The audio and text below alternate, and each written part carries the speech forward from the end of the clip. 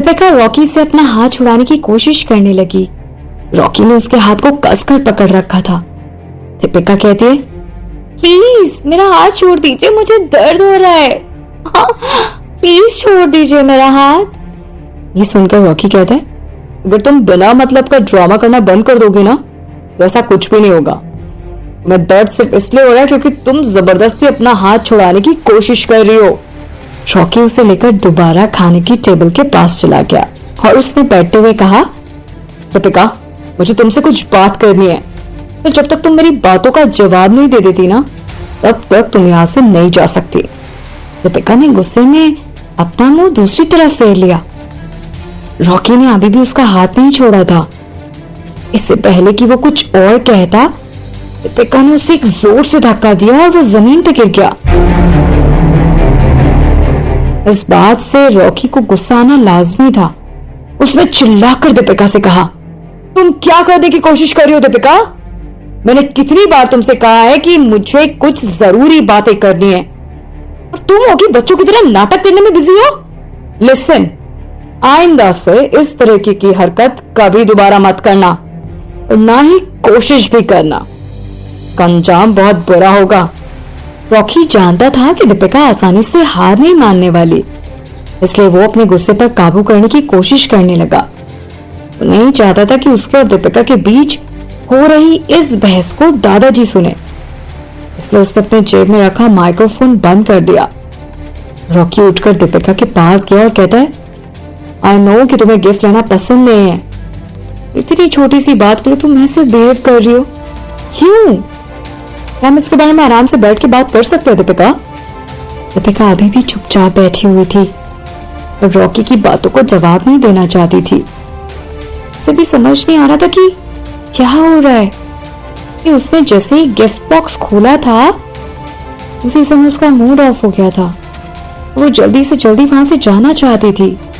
पता नहीं क्यों वो अचानक ही 7 साल पहले के बारे में सोचने लगी, जब रणबीर ने उसे अपना खानदानी हीरा दिया था और कहा था कि मुझे तुम पर पूरा भरोसा है। भले वो एक हीरा था, तोहफा नहीं था, पर उसी हीरे ने उसकी पूरी जिंदगी बदल दी थी। वो कहते हैं कि हीरे किसी की जिंदगी में उजाला लेकर आते हैं, पर उस हीरे ने तो दीपिका की जिंदगी में अंधेरा भर दिया था। अभी से उसने मन बना लिया था कि फ्यूचर में अब वो किसी से कोई भी गिफ्ट नहीं लेगी, इसलिए जब भी उसे कोई गिफ्ट देने की कोशिश करता था तो उसे अपने पास्ट की याद आने लगती थी और फिर उसे वही डर सताने लगता था, कहीं किसी भी गिफ्ट की वजह से उसकी जिंदगी नर्क में ना बदल जाए। अपने पास्ट के बारे में सोचकर दीपिका की आंखों में आंसू आने लगे और उसने खुद पर कंट्रोल करते हुए मन ही मन कहा, अब तुम वो पुरानी ईशा नहीं हो, तुम पूरी तरह से बदल चुकी हो। आज की दीपिका किसी भी चीज से नहीं डरती, इसलिए तुम्हें चिंता करने की जरूरत नहीं है। जब रॉकी ने उसे देखा तो दीपिका अपने ही ख्यालों में खोई हुई थी। उसके पास आकर उसे टोकते हुए उसने कहा, हेलो, मैं तुमसे बात कर रहा हूँ, मेरे सवालों का जवाब कब मिलेगा मुझे दीपिका? एटलीस्ट इतना तो बता दो कि तुम अचानक ऐसे क्यों बिहेव करने लग जाती हो।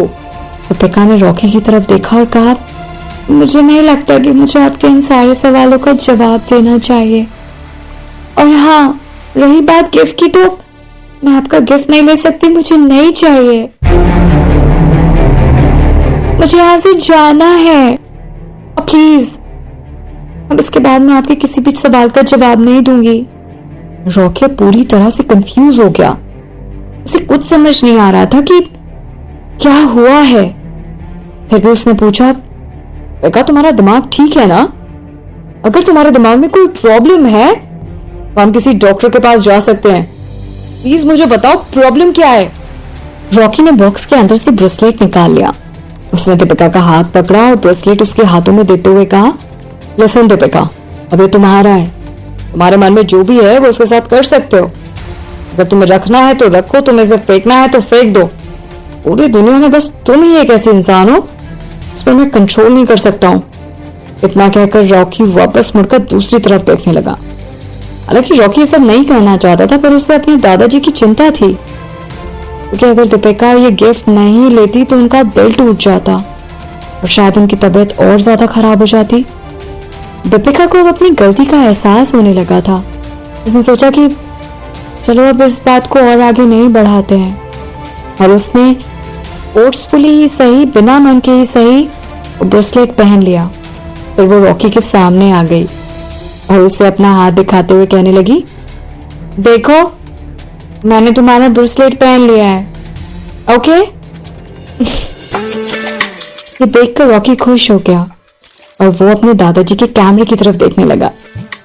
शायद दादाजी ये सब देखकर खुश होंगे, पर तभी अगले ही पल दीपिका ने अपने हाथों से ब्रेसलेट निकाला और रॉकी को देते हुए कहा, मैं इसे रिजेक्ट नहीं कर रही हूँ, क्योंकि इस दुनिया में कोई भी लड़की नहीं होगी जो एक हीरे का ब्रेसलेट लेने से मना करेगी, पर मेरे कुछ पर्सनल रीजंस हैं जिसकी वजह से मैं इसे अपने पास नहीं रख सकती हूँ।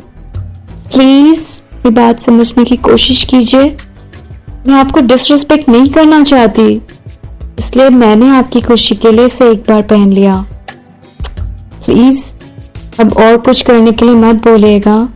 इतना कहकर दीपिका घर से बाहर की तरफ जाने लगी और रॉकी वहीं खड़े चुपचाप होकर उसे देखता रहा। तभी कुलदीप दौड़कर रॉकी के पास आ गया और कहता है, बॉस क्या हो गया?